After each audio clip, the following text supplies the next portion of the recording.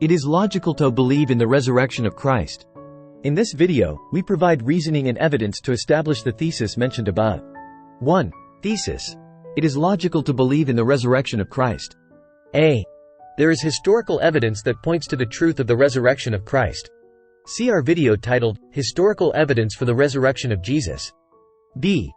The resurrection is logically possible in both atheism and in theism. See our video titled, Is the Resurrection of Jesus Logical? C. So, there is no rational reason to reject the resurrection of Christ.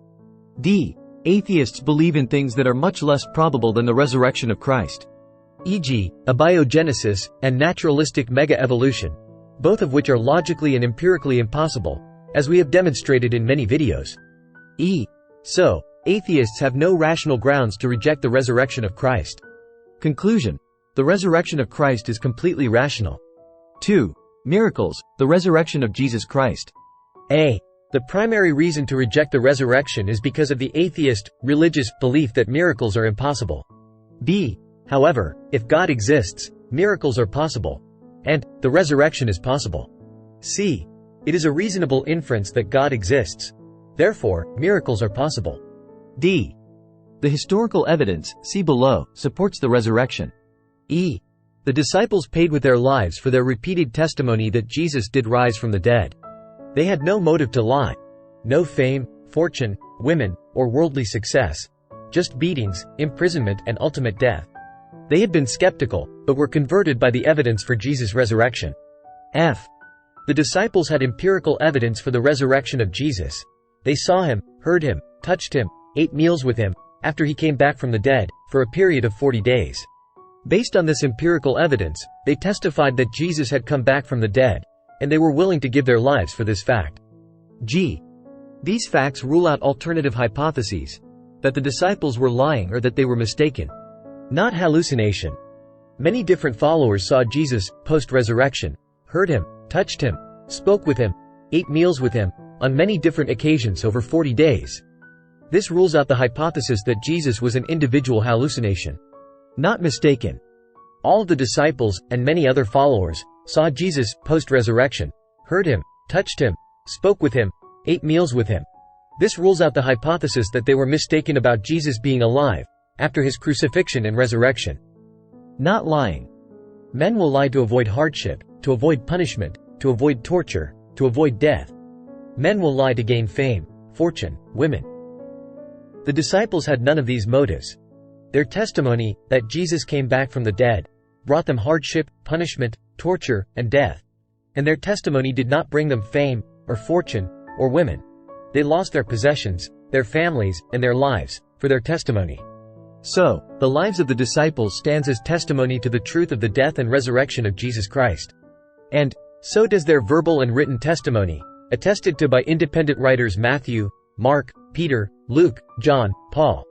H. Therefore, it is reasonable and rational to infer that the resurrection of Jesus Christ did indeed occur. Conclusion. It is reasonable and rational to infer that the resurrection of Jesus Christ did indeed occur. 3. Historical evidence, the resurrection of Jesus Christ. A. Jesus' tomb was found empty by a group of his women followers on the first day of the week following his crucifixion. B. Various individuals and groups on different occasions and under varying circumstances experienced appearances of Jesus alive. C. The first disciples came sincerely to believe in Jesus' resurrection despite every predisposition to the contrary. Dr. William Lane Craig. Conclusion. The resurrection of Christ is a reasonable and rational inference from the historical evidence. 4. Historical minimal facts, the resurrection. These are facts that are considered historical by a nearly unanimous consensus of modern scholars. A. Jesus died by crucifixion. B. After Jesus' death, many of his followers had separate experiences that led them to believe and proclaim that Jesus had come back from the dead. C. Shortly after Jesus' death, Paul converted after experiencing what he understood to be a post-resurrection appearance of Jesus. Dr. Gary Habermas, Steve Duvall. Conclusion. The resurrection of Christ is a reasonable and rational inference from the historical evidence. 5. Abiogenesis versus resurrection. A resurrection from the dead is many times more likely than abiogenesis, generating life from non-life by natural processes. After all, a dead body has all of the necessary parts for life present already. It already has many proteins produced and folded correctly. It already has a genetic code built within DNA. It has phospholipid membranes already in place. It has cellular machinery. By far the biggest problem for abiogenesis is producing all these things by chance. Just getting any functional protein without guidance would take billions of years of chance chemical reactions. A dead cell already has many proteins in place as well as all the other chemicals and parts needed for life. Lindsay Harold. Inference. So, the resurrection is much more rational, reasonable, and logical than abiogenesis. Conclusion.